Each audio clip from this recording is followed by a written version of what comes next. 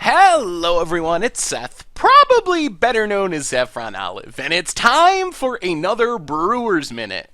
So as you know, the beginning of this week, we had a bombshell drop for Standard. It's hard to overstate the craziness of the Bannings.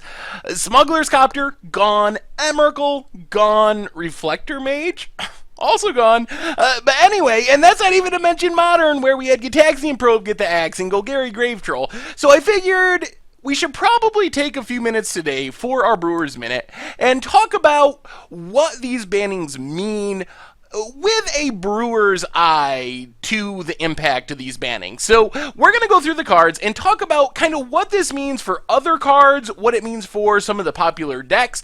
So a quick reminder before we get to the cards, if you enjoy Brewer's Minute and the other series here on the channel, it would be amazing of you if you could take a second, click that subscribe button down in the corner of your screen. It's a great way to support the channel and the site for free.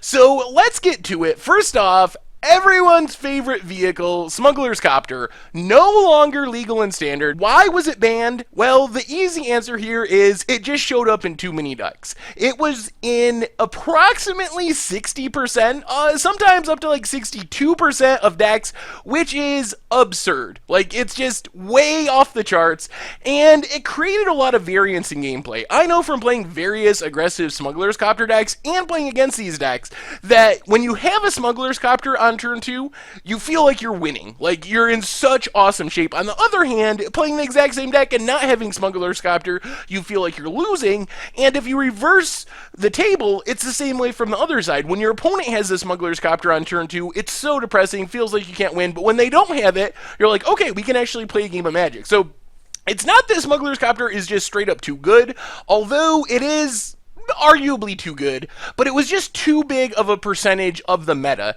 and that's why it's gone. And I think this is a great change because it's going to clear up a lot of slots for other things. So as far as the impact of the Smuggler's Copter ban, it's actually in a lot of decks, but the biggest thing it does is make Inventor's Apprentice and Toolcraft Exemplar decks a little bit worse. So Mardu vehicles, various red X aggro decks, because Smuggler's Copter was the best card in those decks. Not only was it the best card in the deck, but it also gave you a way to play an Inventor's Apprentice or Toolcraft Exemplar on turn 1 and play an extremely powerful artifact on turn 2 to pump them up. So that's one big impact. I don't think those decks are gone, but they will have to adapt. Having 2/3s and 3/2s for 1 mana is still powerful. So I still think we'll see aggressive artifact-based aggro lists, but they're going to have to change and adapt with the loss of Smuggler's Copter. Other things that get worse are cards like Bombette Courier and Thraben Inspector, which are not great cards, but they have a lot of utility in crewing Smuggler's Copter. Your Bombette Courier, sure, it gets outclassed early. Your Thraben Inspector gets outclassed early, but when they're outclassed, you can always just tap them to crew up your Smuggler's Copter, so you can kind of get away with playing these cards. If you get in a free damage or two before your opponent plays a blocker, that's great, and then after they have a blocker, they turn into Smuggler's Copters, which is even better. So I think Thraben Inspector will still see play. A 1-drop that makes a clue token is still pretty sweet. Bombette Courier gets a bit worse. It still does trigger your Toolcraft Exemplars, your Nerd Apes, but these cards get a little worse because they don't have Copters to crew.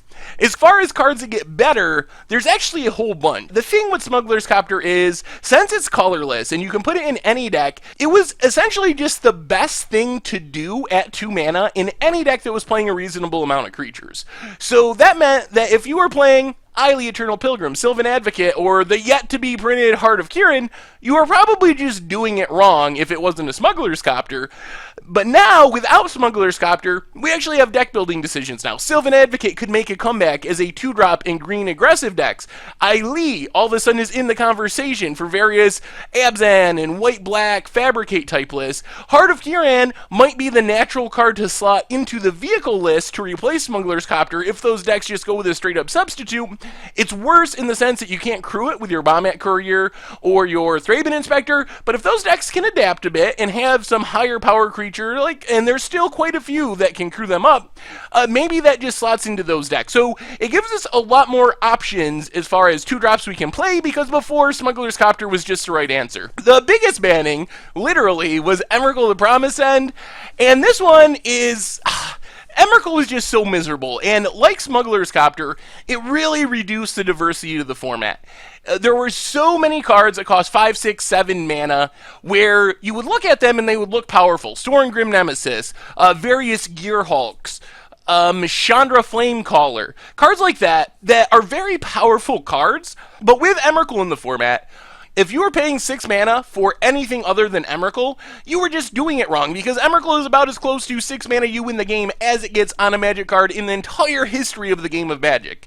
So it really reduced diversity because it was just clearly the right things to do. It forced decks into builds that would support Emrakul, powering her out as fast as possible. So again, this opens up diversity. As far as Aetherworks Marvel, which is kind of the elephant in the room, or one of them as far as decks that played Emrakul, the biggest, most popular deck that played Emrakul, I think the deck gets significantly worse. So if we look at the early builds of Aetherworks Marvel, back at Pro Tour Kaladesh, they were all in on bad energy cards, a ton of huge Eldrazi, Emrakuls, Ulamogs, and trying to get something huge on turn 4. And then people realized that that plan, while really powerful when it works, was also pretty easy to disrupt. You take and negate the Aetherworks Marvel, or otherwise disrupt it, and all of a sudden the entire deck fizzles. The decks adapted to play Ishkanas and to some graveyard synergies where they could actually hardcast the Emrakul, and that's when the decks became super scary. They were like a really good green-red mid-range deck that could just hardcast Emrakuls and Chandras and Ishkanas, but then it can also just win the game on turn 4. With the banning of Emrakul, you're back to Ulamog, and I don't even know what else. Worldbreaker, maybe? I don't even know what slots into that slot.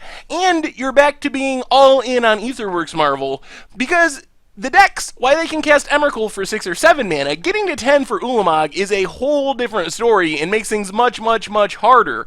So I think that Aetherworks Marvel takes a significant hit. Cheating stuff into play is still powerful, so I think it will still see play, but without Emrakul, the decks definitely get knocked down a bit as far as how powerful they are. The other big deck with Emrakul is Green-Black Delirium, and I'm of the belief that Green-Black Delirium is just fine. In fact, it might actually be better because it's not fighting Emrakuls. The thing about Green-Black Delirium is Emrakul was nice as a game-ending one-of tutor target, but it wasn't really that essential. We saw builds when Emrakul was legal that got rid of Emrakul altogether. Gnarlwood Dryads, Grimflayers, topping off with Verdurous Gearhulk, more aggressive Green-Black Delirium lists, and I think that's what'll happen to the list. Without Emrakul, you just go more aggressive, play a bunch more Verdurous Gearhulks, and your deck is still going to be very strong and very good. Our last standard banning is Reflector Mage, and there's not really much to say about this one. It doesn't really do anything. Like Panharmonicon, I guess, gets a little worse. Blue-White Flash gets a little worse, but this is a banning that I'm pretty sure is necessitated by the other bannings. If we didn't get any bannings, there's no way Reflector Mage would have gotten banned. It's not even that great right now like it was with Collected Company. It's just a good card, but with Aetherworks Marvel, Green-Black Delirium, all the vehicles decks taking a big hit in power level by losing some of their best cards in Emrakul and Smuggler's Copter, I think Wizards felt like we can't ban stuff from all the top decks in the format except Blue-White. We have to hurt them too, or else we might have a situation where Blue-White is just clearly the best thing to do. So they decided to go with Smuggler's Copter to try to essentially bring all of the decks down a little bit in power, instead of bringing most of the tier decks and leaving Blue-White Flash intact. In Modern, Gitaxian Probe is gone, and this is a super happy day for people who like to play Modern.